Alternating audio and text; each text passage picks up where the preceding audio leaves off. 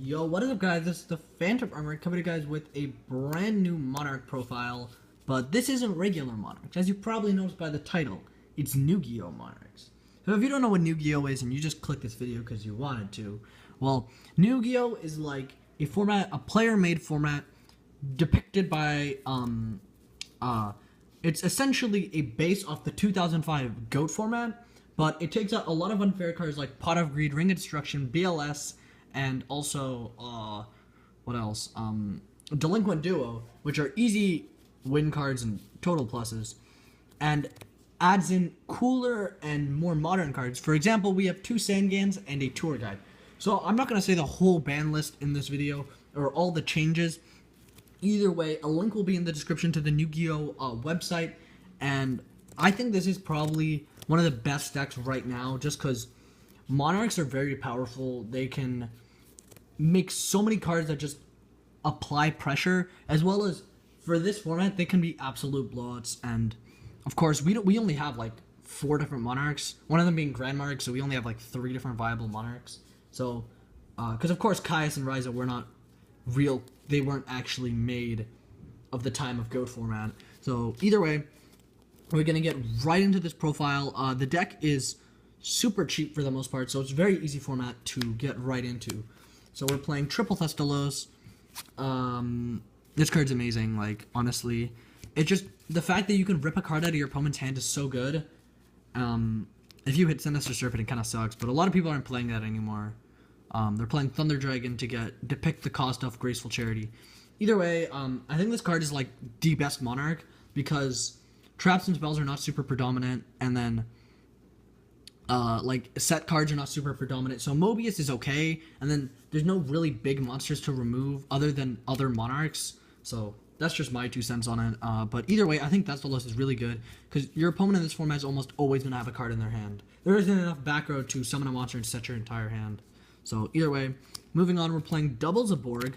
So Zaborg is really good just because it can pop monsters, and also, like, 2 is really good because normally when you play 1, once you lose the first one, you don't actually have monster removal, so a lot of the time you just want both. Because I didn't want to opt to play a lot of monster removal in this deck, so that's why. Mobius, this is, almost every deck can set like 2 spells at a time, so you can like bait up Solemn Judgment with this, as well as just blow your opponent out. Like, if you resolve this over 2 back row, you're probably winning. Unless like you have like so minimal advantage. But like, that's our 6 Monarchs. They're like, realistically, you're not going to play Grand Monarch, so I think 6 is the best number. Cyber Dragon, of course this is at 1. This card is just subpar. Like, honestly, a lot of the time you'll have a board and you just don't want to summon this because it kind of just sucks. But I think it's better in other decks than this one, but still, like, you think it's better in this deck, but it's just a lot of the time you'll just summon it as a beater, attack, try to bait out back row, and then try to, if the swing gets through, then you're just going to summon a Monarch over it. So he's okay. We play the 1 tour guide because it was hit to 1. This is the only exception of, like, probably low rarity, besides, like, the Sangan. Oh, I forgot to mention, there's a couple of proxies in here, but they're not super, like, big scale. So tour guide it just pseudos us into another Sangan, and Sangan's really good because we run a lot of targets in this build, so we want the double Sangan. And then to actually add a 3rd copy of Sangan, we play 1 Mystic Tomato. So Mystic Tomato isn't just a Sangan, it can also be a Spirit Reaper, which we'll get to later. But mainly it's a Sangan, because it can just die and then get to a Sangan, as well as you can Sangan get to Mystic Tomato, and then you can set the Mystic Tomato, and if it dies, you get to another Sangan. So it can just loop through your Sangans. And honestly, this build is playing a lot of floaters because outside of Zaborg, there isn't too much monster removal, so playing a lot of floaters is pretty good. As well as, like, Sangan gets triggered off the tribute monster, so he's really good for that reason. Call the Haunted back Sangan to tribute summon is incredible. And of course, like, you know, Sangan's in common, so he's pretty cheap too. We're playing triple Pyramid Turtle, so you might think this card's bad, but honestly, I think this card's amazing. Like, setting this card, because, okay, originally I was going to play Apprentice Magician build, where you go Apprentice Magician, get Vindictive, or MOF, which is, you know, Magician of Faith. But I think this card's just a little bit better because it doesn't get you tribute fodder, it gets you to good big monsters. So Pyramid Turtle can either get us to Spirit Reaper, which we can also get through to Mystic Tomato. or it can get us to Vampire Lord, and yeah, I know Vampire Lord C or Ultra, but this card can also be a this card also comes in a Starfoil, I think. I don't know. Either way, like the point of Pyramid Turtle is like it can rota you out. Not like a lot of the time, Apprentice Magician isn't good if you don't have a Tribute Monarch, because a lot of the time it can out like one monster or get you back a spell, but a lot of the time it can't get you to a big monster. So unless you have a Monarch. So with this engine, not only can you like go one like crash 2 and then still have like a summon Vampire Lord and then still have these two, which are all strong cards, because Vindictive is honestly not that good. And honestly, you'll just be summoning MOF half the time. And then also the thing about them is like if you draw Spirit Reaper, you can just set it and have it as a tribute. And then Vampire Lord is like what you can do is you can just normal summon him and then swing in and then keep it calling traps so that your opponent can no longer respond to your plays. So that's why he's like really good. So he's a really good powerful control card. I just think don't call monsters with this guy, because your opponent, if they play Sinister Serpent, like you're screwed. But either way, like these 5, they get you to big monsters as well as control cards. Where Vindictive, like if you draw or not Vindictive, Apprentice Magician, if you draw like MOF or Vindictive or Crystal Seer, it doesn't get you anywhere, which these 5 do. We're still playing double MOF, like these are the proxies, I guess. But MOF comes as a common. I just never thought to pick him up. Either way, like this card is just really good. Now that Pot of Greed's gone, you just want to be recycling Graceful Charity as much as possible. So also, like, he's a light, so because we play 1 Chaos Sorcerer just as a power play, and this card's a light for that, so that's why we like this guy. We play 1 Sinister. Sinister is like, honestly, we just play him to make Graceful Charity, Pot of Greed. We don't really have any other discard outlets. I didn't want to play Tribe.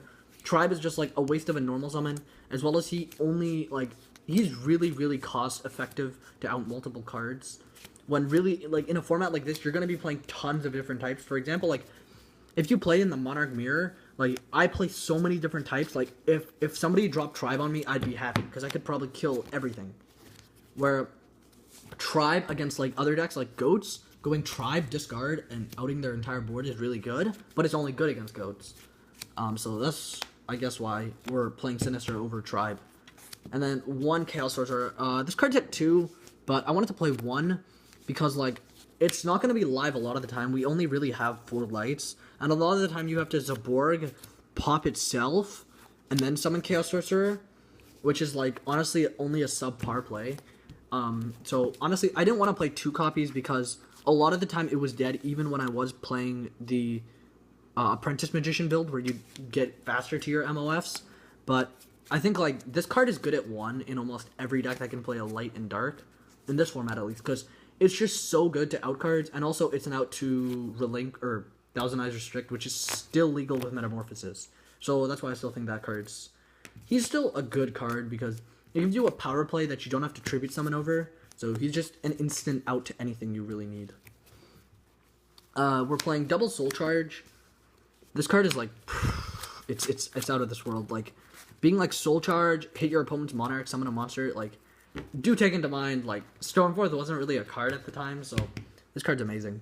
Double Creature Swap. We're playing so many floaters. I think a deck with playing, like, almost, like, what, 1, 2, 3, 4, 5, 6, roughly 6 floaters with additions of, like, other cards like Spirit Reaper. I think you should be playing stuff like Creature Swap, as well as, like, being able to, like, Vampire Lord, and then give them your Vampire Lord, and then attack into it with something, so you can get a send. A lot of the time, they probably won't be calling, like, anything but, like, they probably won't be calling anything, crucial, but, or they won't be calling monster, but it can happen, you know? But I think Creature Swap's a good card. Like, it's at 2, so I might as well play it at 2. We played double Pot of Duality. This card's at 2 I think at 2. Maybe it's at 3. But either way, we're playing this guy because, like, it gets you places, and a lot of the time you're only special summoning on your opponent's turn if you're playing defensively, which is, in the end, what this deck wants to do. So, like, we're playing 2 of those. We're playing the 1 enemy controller. This card's just for, like, trying to block stuff, and then also it's really good with Sangan. Where is it? Sangan, as well as really good with Spirit Reaper, like if your opponent tries to OTK over it. So that's why we like this card. Plus, you can OTK over your opponent, or you can take their big monster and try to kill them with it. Like, this card just breaks boards, which is why it's really good. The 1 MST, I'm not sure why that's still at 1. Book, I wanted to just play 1 copy. I think it's at 3. Either way, it's just, like, good at 1, because you can flip all your cards face down, or your opponent's cards. Like, you can activate Resolve MOF multiple times, so it's really good. Graceful Charity, it's, like, the best card now. Card Destruction, it's really good, too. Honestly, it just accelerates you through the game. Like, as well as, like, dropping lights and then drawing this card is really good, so. And then Snatch Steal, because Snatch Steal is really good. Oh, yeah, I forgot to mention, also, Chaos Sorcerer is pretty cheap. It's, like, also, so, Sinister Serpent, I think, is just only a gold. It's not really in low rarities, but it's, like, $1. And then Chaos Sorcerer is a common. So against the spell lineup, I guess Snatch Steal's still legal, so, like, you can just take their monster and use it as tribute fodder, which is really what you want to do in this format. Double Dimension Fusion, like, amazing. It just... Sorry guys, video cut. I'm not really sure why. I think I'm just gonna zoom through, like, the traps. Like, they're not really, like, they're pretty self-explanatory. So, Dimension Fusion is mainly just for Sangan. It's pretty good. Torrential Tribute. This card can blow up set cards, so that's why it's pretty good. By the way, for the proxy, it's not that I don't own a second Torrential Tribute. I just don't know where it went. Either way, so 1 Mirror Force, really good. Call, amazing. Bottomless, really good. And then Solemn Judgment. This is at 1 now, but it's still great. And then, of course, this card comes as a common. Either way, thank you all for watching. And yeah, I hope you enjoyed. I would love it if you guys could look into this format. And yep, that's the Lost Control. I'm going to call it that. Either way, thank you all for watching. And yeah, that's the Phantom Armor signing out.